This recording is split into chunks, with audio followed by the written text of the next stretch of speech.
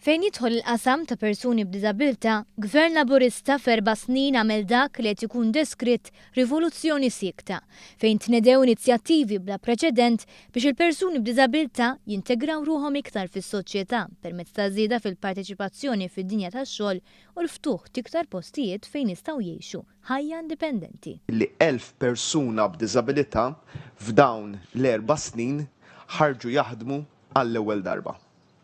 Dik hija rivoluzzjoni siekta li bidlet totalment il-ħajja mhux biss ta' dawn l-1000 persuna iżda tal-familji kollha tagħhom. Għax tagħti id-dinjità. Fl-isfond taċ-ċentru ta' matul il-jum għal persuni b'diżabilità fl-Imtarfa kienu varati l-proposti tal-Partit Laburista għal dan il-qasam li se jkomplu fuq l-istess triq. Marbuta ma' żieda tal-persuni b'diżabilità li jixtiequ impjieg, Gvern ġdid u kommess li itejjeb l-iskema ta' Job Exposure Scheme u jżid l-inizjattivi ta' Sheltered Employment. Gvern Laburista u kommess li ħares lil persuni b'xi tip ta' diżabilità sa minn xkunithom. Dan billi kull tifel u tifla li jkollhom bżonn LSA jingħataw dan is-servizz. Servizz li jibqa' jingħatalhom anke matul is-sajf meta jattendu skola sajf.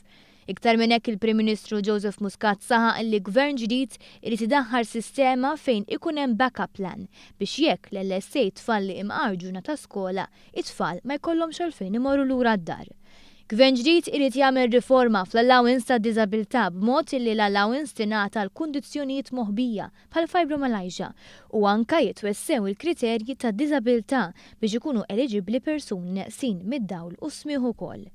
Il-Partit Laburista propona riforma fil-pensjoni tal-invalidità biex persuni severament invalidi jingħataw żieda fil-pensjoni simili għal dawk mogħtija lil persuni b'diżabilità waqt li ma jħallsux taxxa fuq il-pensjoni. Gvern Laburista u kommess li jgħin persuni b'diżabilità u l-familji tagħhom isiru sidin ta' djarhom.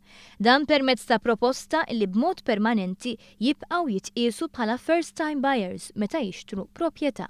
Il-familji jridu jgħiduhom milli nibqgħu nikkonsidrawhom bħala first time buyers, jiġifieri essenzjalment qegħdin neħħulhom il-boll mix-xiri tad-dar. Meta jkun każijiet ovvjament bona fide jkunu każijiet illi dak li jkun qed jagħmel dak li dan ix-xiri ta' proprjetà biex jikkejterja għal bżonnijiet tal-familja tiegħu. Għal-ħajja aktar indipendenti se tissokta l-weda tal-gvern preżenti li ikomplu jiżdiedu djar residenzjali fil-komunità u servizzi għal bżonnijiet individwali u etajiet differenti. Dan jinkludi wkoll programm ta' Smart Homes mamra bl-aħħar teknoloġija. Joseph Muscat stqar li se tkun priorità assoluta għall-gvern li l-ebda persuna b'diżabilità ma jkollha tittieħed f'istitut għax imutula l-ġenituri tagħha għaliex fejn hu umanament possibbli dawn se jinżammu fil-komunità. Diġà għandna 5 minn dawn id-djar. L-antana huwa illi nirdupjawhom, imma l-antana huwa wkoll illi ma jkunx hawn persuna waħda b'diżabilità f'pajjiżna illi għax imutu missiera u omma jmutu l-ġenituri tagħha tispiċċa istituzzjonalizzata. Dak huwa l-antana.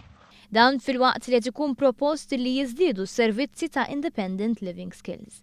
Il-Segretarju Parlamentari għal persuni b'diżabilità Justin Caruana fakret kif Gvern Laburista fetaħ 4 ċentri ta' matul il-jum, 5 djar fil-komunità fejn jgħixu persuni b'diżabilità b'mod indipendenti, issaħħu s-servizzi offruti mill-Aġenzija Support fil-waqt li tnedew servizzi ġodda.